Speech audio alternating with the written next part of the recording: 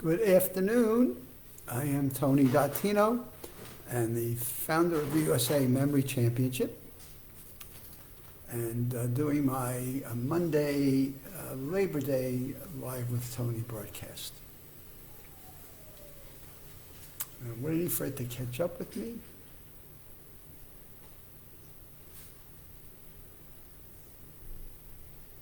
And here we go. Tony Dottino, founder of the USA Memory Championship. It's Monday, September 7th. It's Labor Day, and I wanted to at least get out and do a Live with Tony today. I try to do them Monday through Thursday, and then on Saturday. Normally on Monday I do a 7 p.m., but we've got some other activities that we're going to be doing later. And so I'm in the 4 o'clock zone right now and doing my broadcast. And as I was reading, I was this morning, got up early, did a little bit of what I call curbside grocery shopping, and then came back and did some running, had some physical exercise. Yesterday I did some weight exercising, and then I jumped into the pool and did some swimming. So it's been an active morning, and it's been a good day. So it's for those of you that have been trying to find me for the last 2 weeks, somehow in my Live with Tony broadcast, they got picked up under Anthony Dottino, and I'm not sure how I did that, but once I got feedback that said, we can't find you, and I said, what do you mean? We were able to find Anthony Dottino with my last 2 weeks of broadcasting, which we're now going to try to see if we can do a share, because I thought some of them were really important and really terrific for people to at least know some of the things that I covered in those broadcasts. And if you can go into Facebook, Anthony Dottino, you'll see 2 weeks of those until we move them over, so you'll have them. And I see I have Solongo. Tony is back. Yes, Solongo, I am back, though I've really been over at Anthony Dottino, so hopefully you'll be able to find me over there. But I've done a whole series of broadcasts on different topics that clearly tie back to our mental and physical well-being. And in our Maximum Memory Mastery, we are now in the process of really broadening the scope of it, because as people continue to give us feedback from it, we're learning more and more that it's got a whole lot more in it than just teaching you about your memory. So we talk about brain-to-brain communication. We have elements in there about the 6 things of your overall brain health. We have the 7 things of what helps you in your learning to learn. There'll be a new piece of material that we're putting in there that we're learning from people that have been utilizing it. And so Michael Dottino will be getting that done. So we've got some really good stuff, and it's exciting because in the COVID world today, we're finding that more and more people are doing things at home. So I'm reading an article on the gaming explosion, right? The companies that do all kinds of gaming, and this drives me nuts being a senior, games that are, we're blowing people up, we're chasing people around, we're capturing things, we're looking for things. I'm finding a whole lot of different aspects of gaming, and I'm thinking, what better thing to do with your COVID time than to invest in your own personal development, in your own personal mental fitness, in your own personal physical fitness. So here was an article I want to share with you. Would you look at my phone? I just got a click there. It's from Karen. All right. It's saying you're live on the thing. Nutrition Action for September. So this is September's issue of Nutrition Action. And I found it interesting because they were talking about the best kinds of exercising. Okay? And the best kinds of exercising. So the lowdown is we know it's important to exercise. Now, we know it's important to get some aerobic activity, and therefore the aerobic activity helps you with your brain. And I don't know that people realize, but your brain utilizes about 20 to 25% of the oxygen we breathe in. So it would make sense that aerobic exercise of some sort would be a benefit to our overall mental health as well as to our overall mental physical fitness. But what I'm seeing more and more, and this has been amazing, and I was very fortunate to have Tony Buzan in my life because many, many years ago, Tony coached and mentored me by saying, just don't work on your aerobic activity. You also want to work on your physical weightlifting muscles. And so he was telling me about doing something to maintain my muscle strength.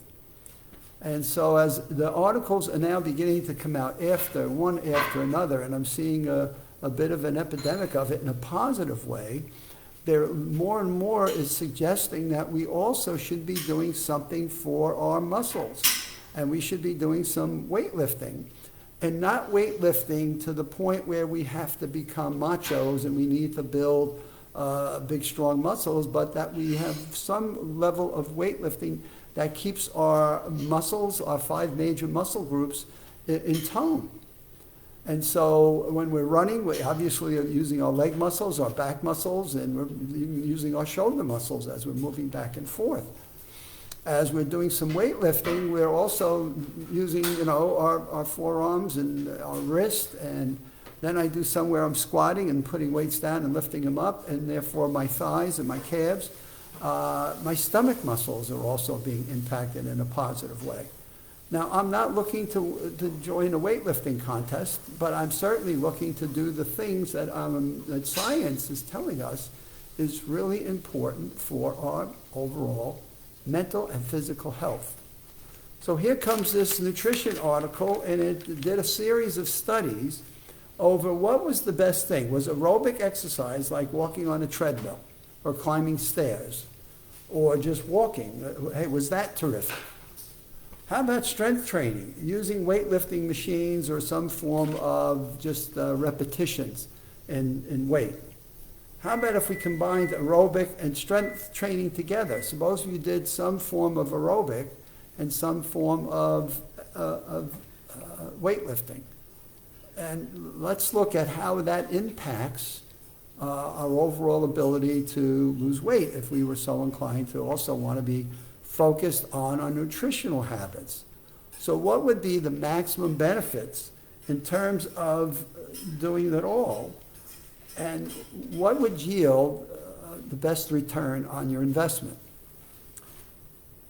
So I was surprised. What they discovered is if you just do aerobic exercise and you don't do calorie reduction, you don't lose weight. Now, how often did I think that, boy, by just exercising, getting on a treadmill or going out and running several miles, sweating, right, and you're going to lose weight. But what science is telling us today is that's not going to get it done. You'll burn off your calories, and then sometimes they're suggesting people will eat more, but the bottom line is by just doing aerobic activity, so going to the gym and going aerobic and then eating the same number of calories does not cause you to lose weight. And I've heard that before, but I have to be one to tell you I didn't believe it. So it wasn't something that I initially believed. So here comes another article, comes off out of this nutritional action letter. And the bottom line is they're saying is, no, if you're reducing your calories and you want to lose weight, you also have to do some form of weightlifting exercises. And very simple. I'm into 5-pound dumbbells, and I do them with a variety of movements and motions. And I've reduced, during the COVID-19, I've reduced my calorie intake and continue to do the running, as well as 3 days a week I do 30 minutes of weight work. And I have found over the last 6 months, I've lost the weight back to where I'm back at what I call my high school weight. And I always say to people, this is a perfect time to work on your physical well-being, which we know through the science of neuroscience, we know that your muscle groups are communicating to your brain. We know that today. Again, brand new news. Your muscles in your body, in your stomach, in your legs, in your arms are always talking to your brain. So now how are we talking to your brain? We're one body. We're one system. So if we recognize that we're one system in one body and we're working on muscles, what is that telling your brain? And the messaging it's telling your brain is that this body is alive and it's ongoing. It wants to keep working. It's going to keep growing and building itself. And therefore, you find science that is connecting that to life expectancy. Now, as you have life expectancy, one of the things people worry about is what's up here.